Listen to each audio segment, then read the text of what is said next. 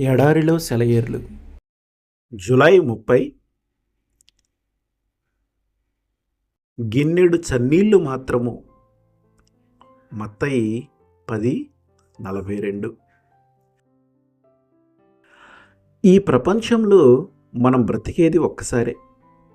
నేను చేయదలుచుకున్న ఏ మంచి పనైనా, ఏ మనిషి కోసం, ఏ ఆత్మ కోసం చేయాలనుకున్నా, ఏ రకమైన సేవ అయినా, ఏ జంతువు పట్ల చూపదలుచుకున్న కరుణైనా ఇప్పుడే చేయాలి.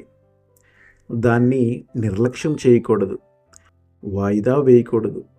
ఎందుకంటే ఈ దారి వెంట మళ్ళీ రాము కదా. నువ్వేం చేసావన్నది కాదు, చెయ్యకుండా విడిచిపెట్టిందేమిటి? నీ జీవన మలిసంధిలో నాలో మంట పెట్టి మదన పడుతున్నది ఇదే.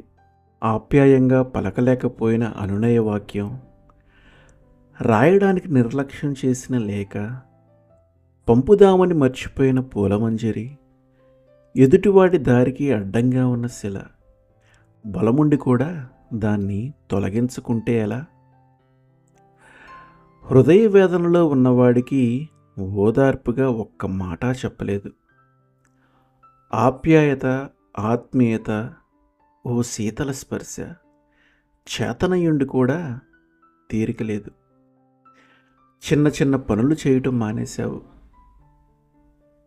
జీవితకాలం స్వల్పమే, కష్టాలు, కన్నీళ్ళు అధికమే. నీలోంచి జాలి కదలి రానంటుంది. కాలం తరలిపోతుంది. నువ్వేం చేసావన్నది కాదు, చెయ్యకుండా విడిచిపెట్టిందేమిటి? నీ జీవన మలిసంధిలో మనసులో మంట పెట్టి మదన పెడుతున్నది ఇదే.